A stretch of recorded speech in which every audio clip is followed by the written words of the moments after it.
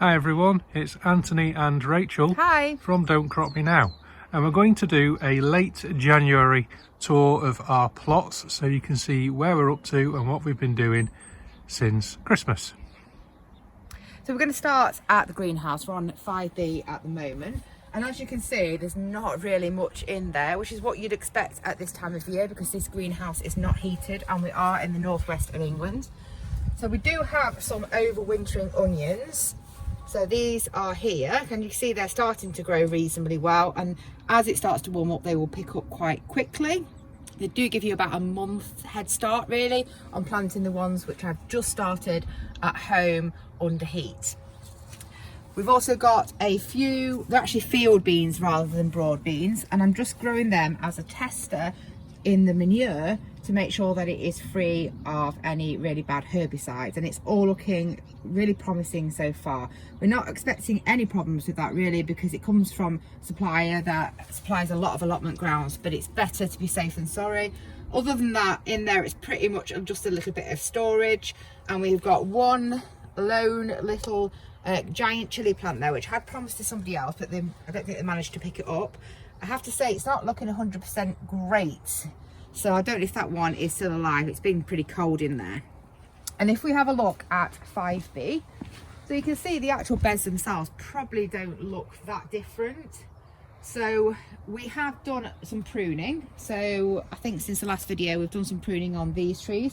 This is our multi-grafted apple tree, and now you can see the sort of shape of that, and you can see where it's got, this is one section of one fruit, this is another section of a different fruit, and so on. So you can see now the shape that we're planning for this tree, where essentially it will have like a bunch here, a bunch here, a bunch here of branches that have different fruits on it, and then behind it is the apple tree. It's a sort of, I'm not sure of the variety, but I think it may be Concord.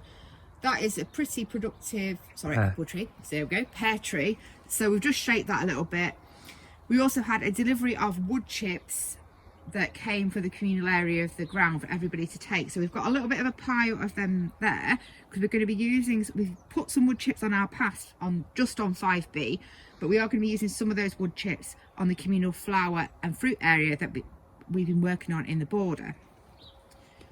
We still have not, there's two major jobs that I wanted to do that I haven't got round to yet, and the first one is clearing this bed.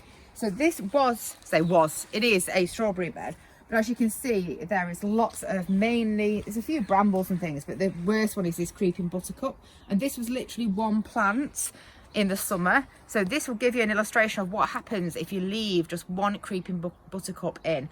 I left it in at the end of the summer because I knew I was going to be taking this plant out, but you can see the impact that it does have very quickly. So we will be clearing this whole bed out, and we're going to shorten this bed so it perhaps comes to about here, so it's more like a square, just to make this path a little bit more accessible here. And then we will replant this once we've cleared it. I am going to have to dig those out, but we will then replant that with strawberries in this section here. Just underneath the pear tree, you can see we've got lots of cuttings from our fig tree. So the ones in the smaller pots are actually rooted cuttings, and the ones that are in the big pot are the ones that we just sort of stuck in as hardwood cuttings. So I'm going to do some cuttings from a few different fruit trees, and you basically just stick them underneath these trees on the plot and just leave them there really for a year or two and see how successful that is. The variety of the fig is called brown turkey. Works quite well in this climate. And then we've still got a few things in. This is the sprouting broccoli, and I think it might have even been in our last full tour. We were just trying to sort out making this cover a little bit higher, and as you can see the plants have recovered quite well. They're growing quite well now underneath there, and they've probably got another foot on top of them, so I don't know whether we will need to make that even higher. It really was a temporary solution because the netting was restricting the growth and causing problems, but they're looking pretty good, and should imagine that they will start fruiting from maybe, it could be late February to March to be able to get some sprouting broccoli. So that hopefully is still going to give us some crops. We do have some leeks behind us in this section here, and I think in every video I've said I need to weed these leeks. I haven't weeded the leeks. So you can see I do need to get in there because some of them are starting to seed, but because of the no dig beds, there's not that many weeds.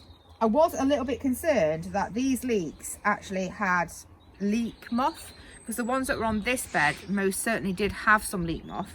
But you know what, I think they might have, but it's pretty minimal damage. They are still growing and they're also seem pretty okay.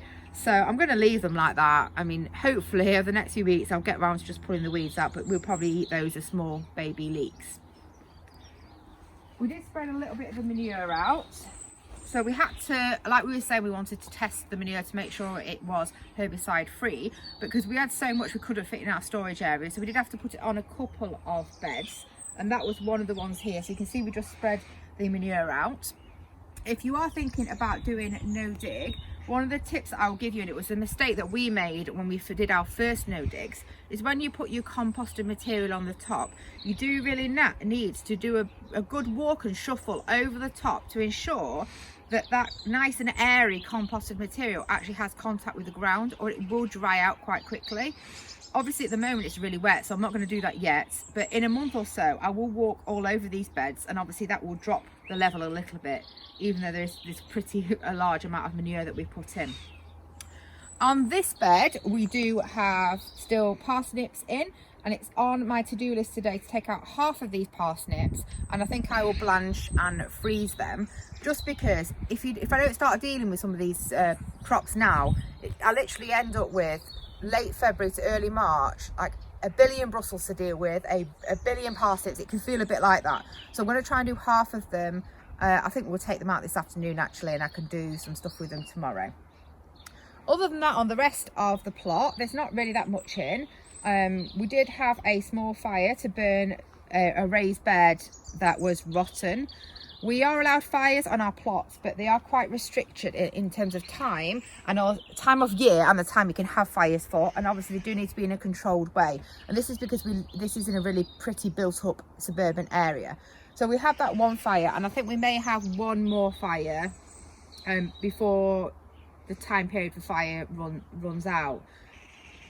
So the only other thing we have got is these are just a few kohlrabi, which will be fine. The pigeons are having a good strip of those on the top. I did uncover them, I knew that would happen, but I'm not really bothered because we're not eating that bit, we're just eating the bulb section that's sort of where it's bulbed up.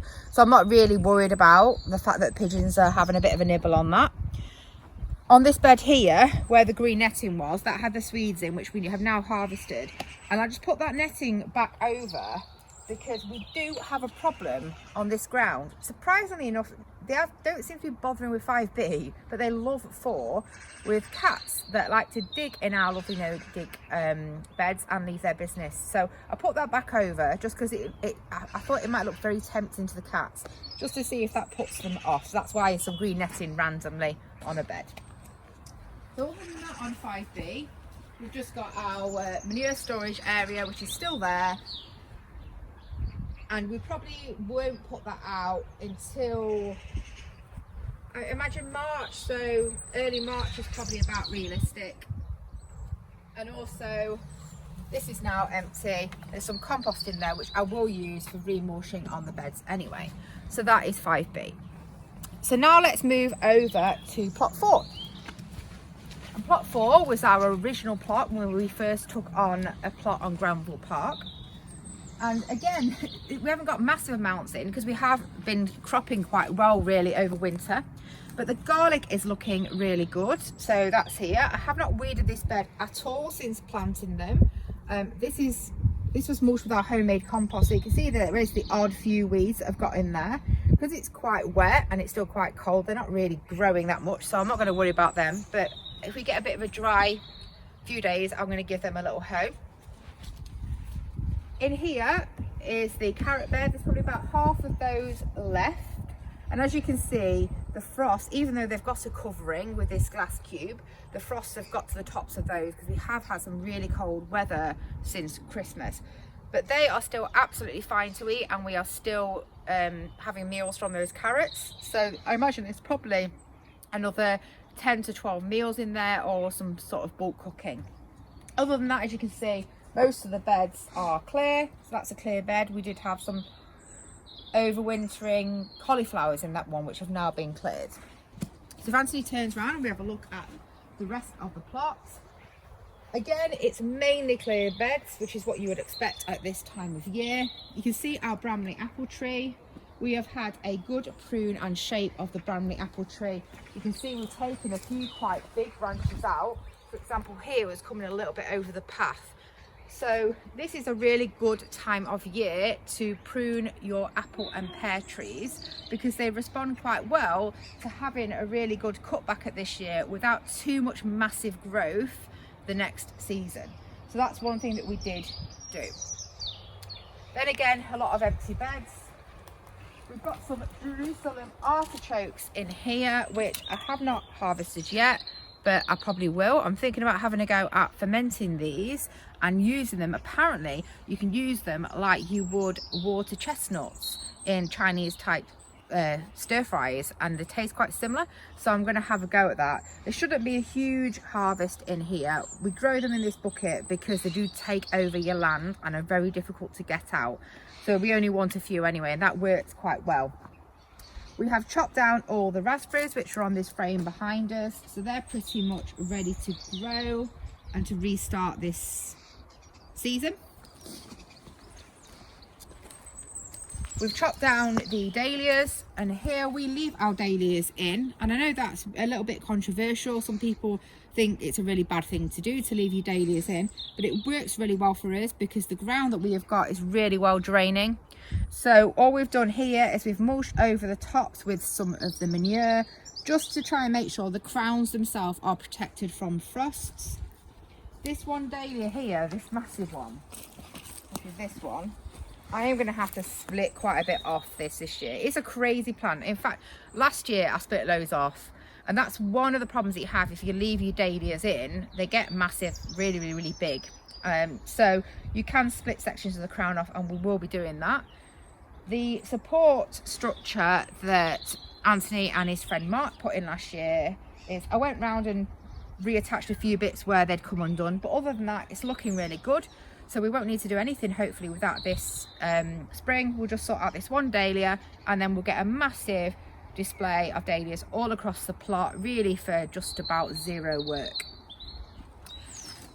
This section here, we have got, this is just a last bit of this chard. Again, we're not particularly a fan of this, but I have been feeding it to our chickens. And also one of our plot neighbours, Neil, really likes this, and he's been taking some and eating some as well, so it's not been going to waste. That's coming near to an end really, so probably we'll get that out soon and just put it in the compost. We've just behind Anthony here, this is the asparagus beds. So this will be the third season for 5 of the crowns that are in here. So there is here, there's 1, 2, 3, 4, 5. They were the original crowns that I got in March, will be 3 years ago.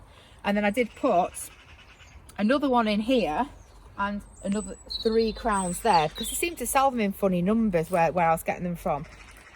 Last year we had 1 or 2 sort of spears, I think they call them, that will look like proper asparagus. This should be the year that we should get a crop, so fingers crossed. That's one of the things, one of the aims I'm really hoping this year is we're going to get some actual decent asparagus. Again, Anthony's not particularly a fan of it, but I am, and it's terribly expensive to buy, and it's a perennial crop. It should keep coming back every single year. I do think that we want to build some sort of structure to support these though, because I having not grown asparagus before, I did not realise how massive they are. They were up here and they did start to flop over a little bit. So I'm not sure how we're going to do it, maybe some sort of frame around the outside, but I think we need to put some sort of structure in here to support those ferns as they start to go to seed later in the season, because it got a little bit crazy around here. If we look in this direction, then there are just a few beds that still have crops in, not many. Most of the beds, the first 4 are completely empty, and then the next one on the right behind that is also empty.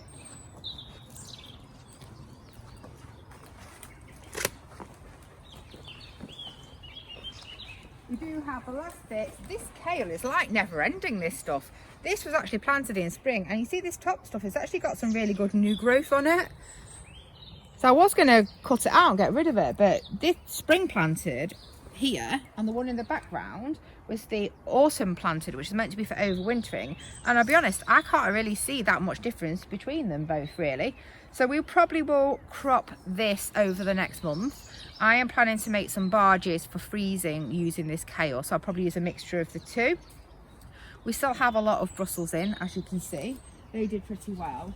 And like I was saying about taking half the parsnips out to try and do something with them, I will do the same with the Brussels. Take about half of these out. And you know what? I might put some of these in some barges as well. Sounds quite different, but nice.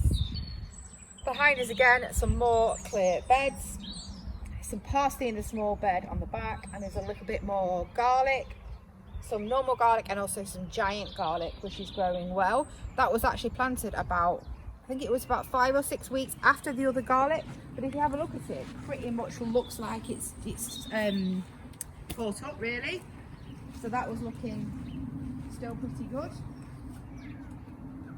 The biggest change we've had in this area is this section here. So if you've seen our previous videos, this bed just behind me actually had like a raised, well not really raised, it was more like a barrier around the outside, a wooden barrier with these netting structures on the top, and we use this as a carrot bed. Unfortunately, what's happened over a bit of time is in the border we have had some really quite difficult weeds that have started to encroach. You know what, I forgot the name of it, what's it called? Ground elder. That's the one that I was thinking of. Just totally lost it then. So this ground elder has been, I first noticed it actually in the middle of this bed when I was sorting it out to plant some carrots. And we're going to do a separate video, which we're still working on and editing, about how we've cleared this area. But because we knew the ground elder, and to be honest, it's sort of coming from the border, it's under our neighbour Rob's plot and within creeping into this section here. So we knew we had to do something about it. So we've had to take out our no dig beds and really dig the area. We literally had to trace through the roots to try and get them all out. And there wasn't that much in it. I have to say I could follow it through because it's only just getting in. So although I'm a little bit disappointed about taking the no-dig beds out, I am pleased that we did it now. I think we've done a good job. We're going to work with Rob, who's our plot neighbour, to try and get on top of that fruit area a little bit. So hopefully in the long term, we should be able to keep a grips with what's going on, because it's a difficult weed to deal with and you don't really want that on a vegetable plot. I'm not sure about this flower bed. It may be different from the previous video. So I rearranged a lot of these plants in the flower bed. So what had happened over the last couple of years is I'd got a lot of stuff out and put stuff in, but I just sort of stuck it in like where there was a space. And we had a lot of plants that were very tall plants that were too close to the front. So what I've done is rearranged a lot of that and brought the larger, taller plants to the back. So actually, you know what? If you look at the spacing, I think it's going to look pretty okay. And then you can see that there's lots of little bulbs that are popping up. I will give this a good mulch, probably with some of the manure, but probably I'll do that after the bulbs die down, because by the time we sorted this out, the bulbs are starting to come through. So the last thing I wanted to do was stand all over it and put loads of manure extra on top of it. And to be honest, I don't think there'll be that many weeds in it for the first part of the year. So we're going to let the bulbs do their thing and then we'll mulch it afterwards. So hopefully our flower border is going to look pretty good for this year. So that is plot 4. There's just one thing we want to add on plot 4 that we missed. Sorry. The forced rhubarb. So we'll just whiz down there. Yes. I did this last weekend. I had a good nosy at it yesterday. Nothing's happening yet, so we're not going to see anything. But in our rhubarb patch here, we put this on. It's one of the first things that we put in when we first got plot 4, which is about 15 or so years ago. We put 5 rhubarb crowns in, so 1 on each corner and 1 in the middle. And this bed now is jam-packed with rhubarb root structure. So much that I think it would be pretty difficult to actually completely get rid of it. But having that massive store of rhubarb is really helpful for us, because it gives us that opportunity to force some of it each year and not really to affect our main crop of rhubarb. So we're doing this a few different ways. We've got this bin over the top. This is just to weight this down so it doesn't get blown over in case the we get some bad weather and some gales. I've used a couple of tyres, the same sort of thing there, and just put those slabs over the top, because what you need to do is to stop the light getting in. Both of these rhubarb crowns are being forced sort of in situ really within the rhubarb beds. Obviously they are within the soil, and that soil is the last thing to warm up. So given the cover excludes the light, doesn't really change the heat that much. So you will get it slightly earlier and it will go nice and pink. However, what you can do is you can dig out a crown. So if I just move this so you can see, there's a crown under there, or a couple actually. See, it's just starting a little bit here. I've dug them out, just literally stuck them on top of the soil on another bed, and then I've covered them up. And the benefits of that is they are out of the soil. The air will warm up a lot quicker than the soil, particularly if we do get sunny days at this time of year, and the sun starts to beat down on this nice blue structure, which will absorb some heat. And within there, we will get quite a nice, the air will be quite warm. So this really should give us those nice forced rhubarb stems. I should imagine a good few weeks before those will. So that's the theory anyway. So we've got 3 sets of rhubarb that is forcing. That's pretty much enough for us to make a few rhubarb puddings. And then the main crop, which in the main we tend to give a lot of it away, and we do can a little bit of that. So let's head over to our final plot, which is 5B. 2B. You're right, 2B.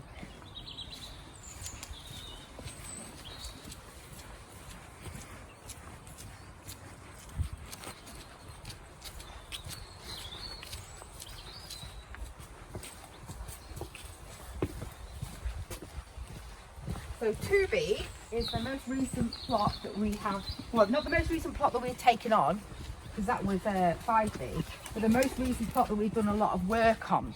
So we've had this one about, I think 5 years?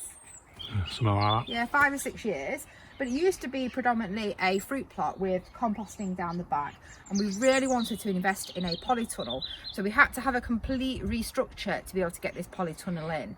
And so this is mainly the polytunnel, a little orchard area with some small fruit trees, and a fruit cage. So on here, there is not that much going on at the moment. We have pruned the fruit trees, and we have pruned the bushes within the fruit cage. However, I do need to have one, a good tidy up in that fruit cage, and 2, we've got maybe about at least 30 18-inch slabs at home, which we are going to use to slab within there around the bed, so it's a lot easier for maintenance, because I don't really like having loads of that black plastic around. It doesn't look great and it's not brilliant in the long term, but we've got slabs to sort of finish that off, and the plan is to do that, well, sometime during spring. If we have a look in the polytunnel,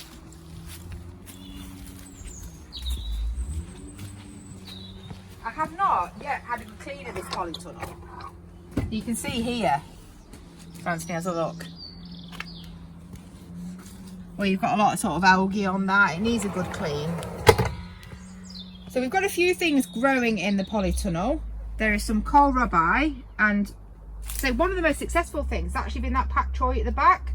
There's probably another meal or so, because this is the small pak choys, so another meal or so pak choys left. They've done really well.